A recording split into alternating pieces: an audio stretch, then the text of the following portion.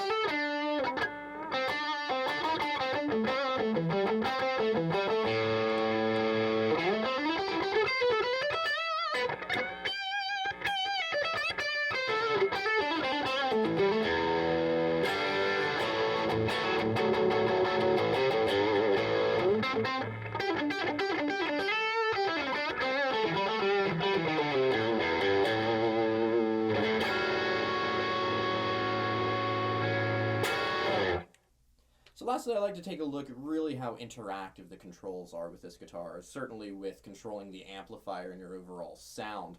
With a single pickup guitar like this, it really changes the approach that you have to take with the instrument. You don't have lots of different pickups, maybe use your neck pickup for a clean sound, bridge pickup for a dirty sound. It's all right here in one pickup.